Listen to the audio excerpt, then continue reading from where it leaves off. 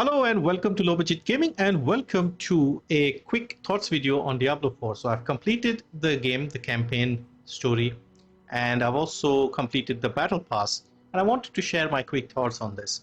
So overall, I've enjoyed the game. It was quite expensive, but I did spend a lot of time into it, and I think at the end of the day, for someone like me, it was okay. But for most people, it's probably not going to be great because of the costs here. So at the moment, the game is only available on battle.net. There was a small sale towards the end of August, and I bought it there. And at the moment, I feel like the player base is really down here. So this is a game where you can sort of play solo and also join up with people and do raids and dungeons, basically. This campaign, you can play solo comfortably. I enjoyed the campaign. The story was really good. So let me show you the map here. So map is divided into 5 regions. So this first part is called Fractured Peaks. This is called Skosglen, Dry Steppes, this area. Then this is Kyrgyzstan, and this is Havizar, this area. Big map, each of them divided into other regions. Plenty of things, plenty of side quests, plenty of main quests. If you rush through the campaign, it should take you between 12 to 15 hours, in my opinion. If you do some of the side activities along the way, it can take you 30-35 hours. I have not done each and every single thing, but I've done most of the things. So I've opened up the entire map. I've opened up all the waypoints. I've done most of the side quests. So if you see up top, it says all these symbols. The exclamation, the blue exclamation is the side quests. This area I've done 33 out of the 35. The only reason I haven't done all 35 is because I don't know where they are. Now, the way this works is you have to be in certain areas, and then you'll see blue exclamation points, which are the side quests. So these 2 remaining ones, either they are at a different level, I have to be at a higher level to unlock them, or perhaps I have to be in a specific dungeons for them to activate. Sometimes when you kill mobs of enemies, something drops and then that starts the quest line. So it's one of those. So I'm not too bothered here. I do like finishing everything, but I'll get to them when I run across them. Interesting area. I think in total, the side quests were like 200 plus in total, which is not bad, and they were interesting. Now the main point of this game is fighting hordes of enemies, feeling overpowered, playing around with your builds, and getting better loot. So for that you have the skill tree. Now I'm playing the rogue class, and these are the options here. So once you reach level 50, you get up to 58 points. Well, not at 50, you get a few more from other activities, but the maximum you get is 58 points, and you have to split them into these categories. So there are the basic skills, core skills, agility skills, subterfuge skills, imbuement skills. These are skills that infuse your attacks, ultimate, and passive. And this is for the rogue class. Other classes will have the same layout but slightly different things. So basically, you can assign the points, and also your equipment can also add a few things. So if you have, for example, here, if you see the third item here, it says +4 ranks of twisting blades. So twisting blades is one of the skills here, core skills. Here you can see it says 9 out of 5. So it's 5 out of 5. I've used 5 skill points to get to 5, and then 9, 4 on top of it with the gloves, so making it very powerful. So this is very interesting because they also give you a refund option. Just refund everything and then play around with the different setups and find something that you like. Your build needs to be something that can take out individual big bosses quickly and also hordes of enemies, something like that. I would say play the campaign solo and do some of the side quests. Enjoy it, because that I felt was the best part of the game. After you finish that, you reach level 50, you have the option to increase the difficulty, and the way it works is over here there's a statue. You go here. When you start the game, you get 1 or 2. These are the options. You can start with level 2 difficulty, but this is only available for people below 50, up to 50. I mean, you can still play at this difficulty, but in order to get to level 3, you have to complete a capstone dungeon, kill the bosses, and when you can do that successfully, you can unlock level 3. And same for Torment, which is the one I'm at right now. You have to be you don't have to be level 70, but level 70 helps. I got this done at level 66, I think, but the enemies can be hard. So if you beat that and you can unlock it, then you get better loot and the enemies are harder, you get more XP, things like that. Now once you do finish the game, you have some side activities to do. So these are basically whisper quests. So there's a tree of whispers here. You collect these things. When you get 10 of these, you can see I have 9 out of 10. You go here and they give you a box with certain items, like you can get a box of gloves or helmets, and then you can see which one is better or not. Now this is a slightly confusing part here, at least for me. When you pick up something, it has item power, armor, and then all these different stats. So finding the one with all the perfect things is a little tricky. You have a few options to deal with that. You can upgrade them, you can scrap them, you can go to certain vendors who can change 1 or 2 attributes here and there. When you do pick up items, you can either sell them or scrap them. So there's the armor vendor here, armor vendor, weapons, and the blacksmith here. Now most towns in the map will have some of these items. This is a bigger place, so it has all the services here. These are waypoints that you unlock, fast travel points.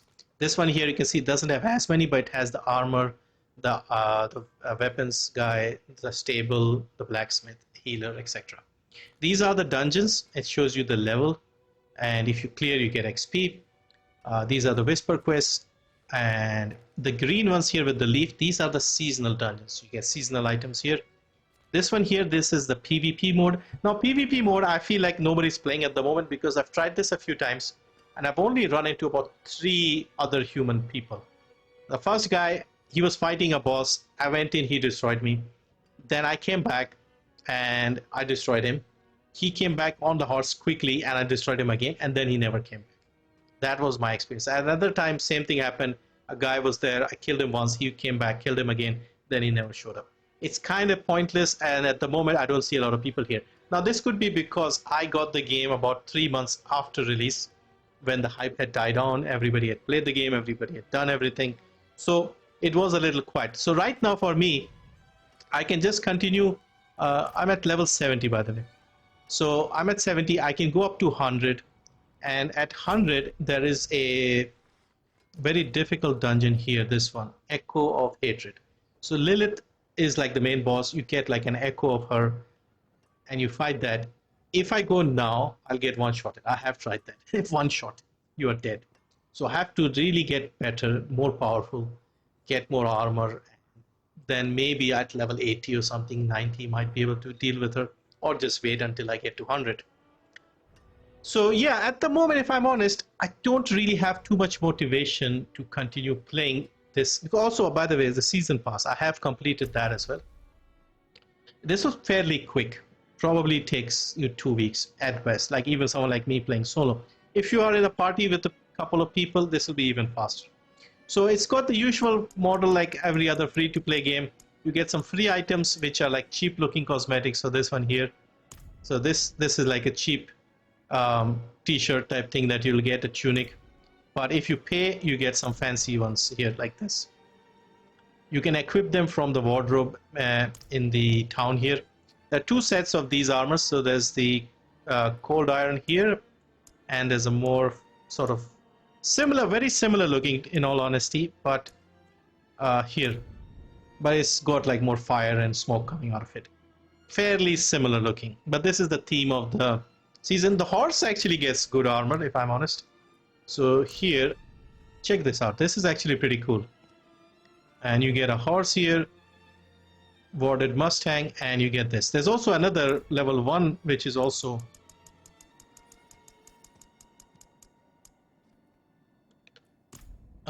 this one here. So this is like a more gray color. That one is more of a golden color, I guess.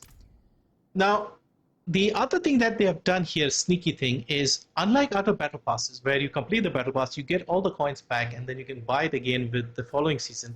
They don't let you do that here. So basically what happens is you pay 1,000 platinum to buy the battle pass, which is $10, but you only get 666 back. So next season, if I was to buy the premium again, I would need to spend at least another $5 to get another 500 and get the thing. So they are going to make a little bit of money every season with the battle pass. Most other people, like Apex for example, Apex, the battle pass will cost you 950 coins, and then when you play the game and finish the battle pass, you get 1300 back. So you already have some extra every season. Here they've gone the other way, and that's a free-to-play game. This is a paid game and an expensive one at that. So that's a little sneaky. They should increase it to, you know, 1000 back so that we don't have to pay every season, especially because they have a shop as well. Now this is something I don't really like. So this set here, for example, this wolf theme set, this is 2500 platinum, $25. Even Apex has them for 18, and we call them like I said Apex because it says here Apex and Predators. So yeah, this is like a $70 game. Then you have $25 cosmetics. You have a $10 battle pass, and we've also heard announcements that they are going to have seasonal, sorry, not seasonal, yearly expansions. Why is this? Okay. You need to have, they'll have yearly expansions, and judging by how they price things, I don't think it'll be less than 50. So for someone like me who's a fan of this game, and this game in particular is good, I did play the beta, really liked it, and I've not been disappointed. I've put in a lot of hours. I think I got my money's worth, but I don't think it'll be worth it for most people. So this is your stash. You can save your fancy items here that you want to keep. This one is kind of weak now, but it's a sacred unique bow, so I had kept this. Same for these pants here. You also have these amulets and rings. Then you have these gems that you can put in these items to improve certain attributes. You get these hearts. These are the seasonal dungeons. Not dungeons, I mean you get these that you can put over here in these items here. And then these are the dungeons that you can equip and go and do. So yeah, for me personally, after story was very good. I really liked it. Campaign was fun. But after getting to the story and getting here to end game and completing the battle pass, I don't really have any strong motivation to keep playing. Now there's one other thing that you can do at this stage is you can start a new character. So as you know, there are multiple classes in this game. 5 classes. So at the moment I've done rogue twice, and see I've reached 70 here, 35. Getting to 35 is very easy, very quick. In fact, it'll take you 10-15 hours, but getting to 70 is probably going to take you 70 hours, I feel.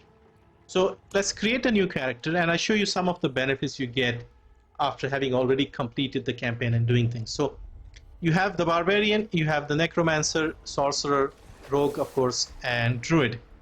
Druid transforms into a bear. Rogue is like the stealthy assassin type.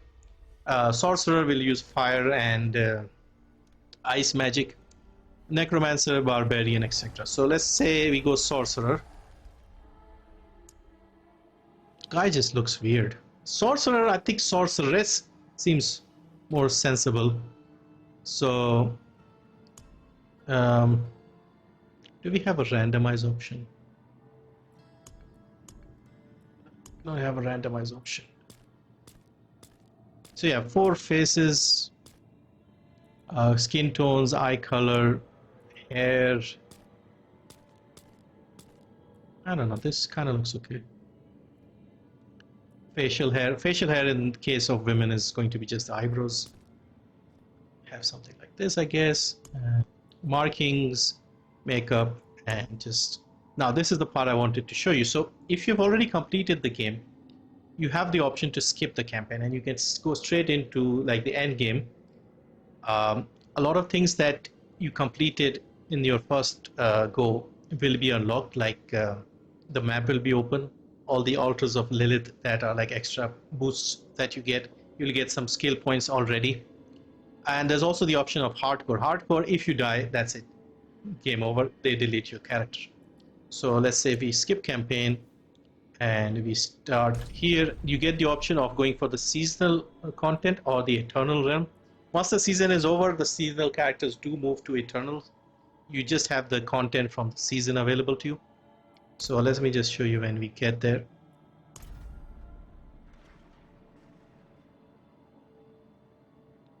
So now this is a completely different play style and you can just play around. So this is the seasonal thing they're showing. I'll just skip this. So we are back in town. So yeah, we are back in town here. And you can see here, this is a quest available. This is a side quest available here with the blue. And if you go into the skills menu, we have 10 skills available to us. So you can equip your basic skill here. Let's go with Firebolt, and let's go Enhanced Firebolt. Then we unlock this Frozen Orb, Fireball, Ice Shards. Let's go with Ice Shards.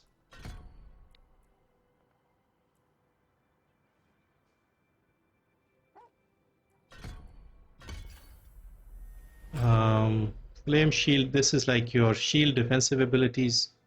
Let's go with the Ice Armor again, I guess. 2 more points.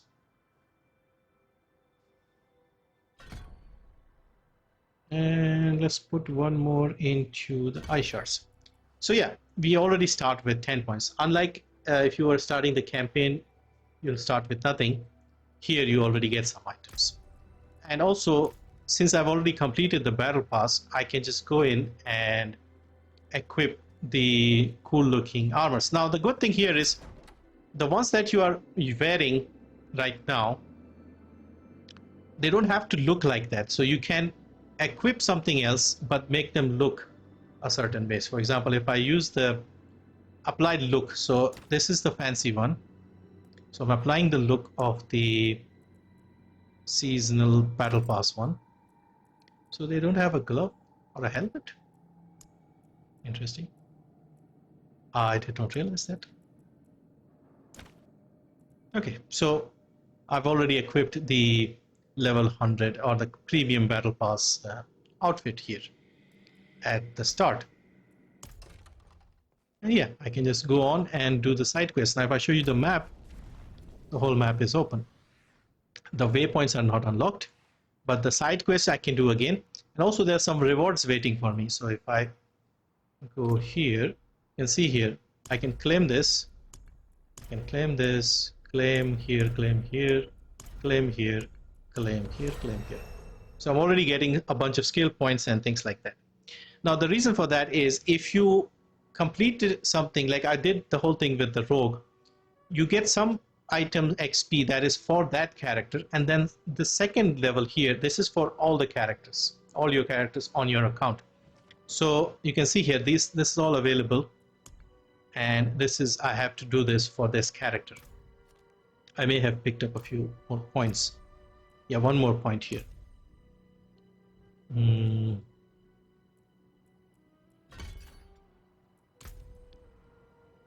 Okay, so we already reached second level, I think. So yeah, you can just continue, play the game, unlock stuff. But yeah, after the end game stuff, you do have more fun with friends. There's some activities like Legion events, world bosses that can help you level up faster. At least I found that doing Legion events with other human players, that was the fastest way of leveling up. I found like much higher level people who were just basically carrying me. I was barely struggling to keep up with them, and they were just destroying the whole lobby. So if you have a bunch of friends, as is the case with almost every game, playing with friends is more fun. So the story and the campaign part is great for playing alone, but after that I think playing with friends is better. So for now, at the moment, I don't really have much motivation. In fact, let me go back to the other main character.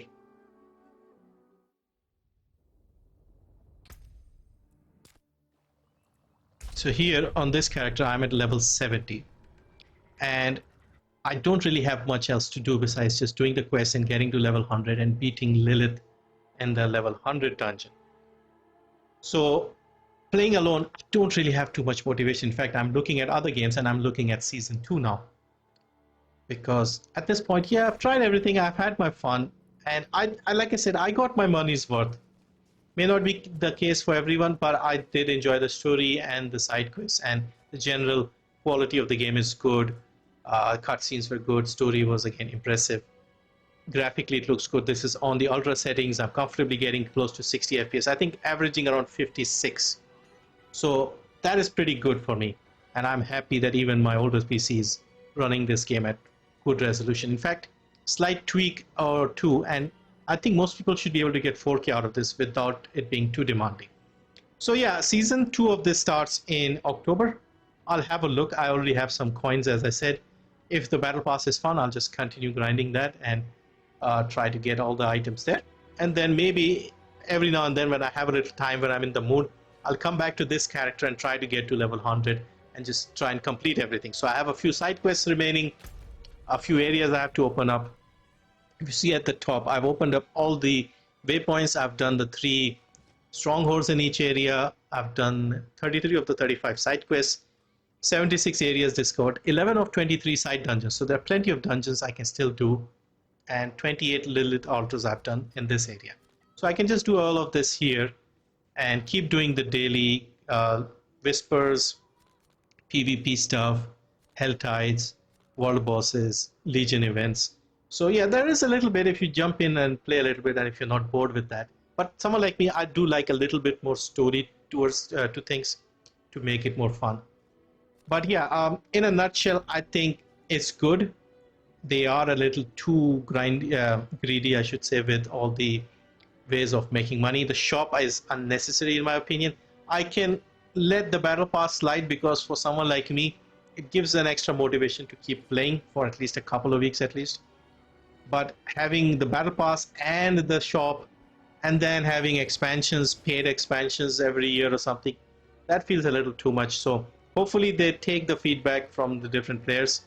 Most people have been unhappy with these things, and they improve season 2 in a better way, add more story content, more bosses, more things like that. And yeah, hopefully this can improve. Maybe they'll add more characters, more classes. And yeah, so for someone like me, it was okay. I liked it, I enjoyed it, but I can't say the same for most people. At least most of my audience, I don't think, would be into this sort of thing. But anyway, just wanted to share my thoughts since I have spent money and a lot of time in this, and I did enjoy it. Because if you know me, you know that if the game isn't fun, I generally tend to drop it after a few hours. So for me to have spent well over 50-70 hours in this is a good thing, I guess, in terms of the game being good.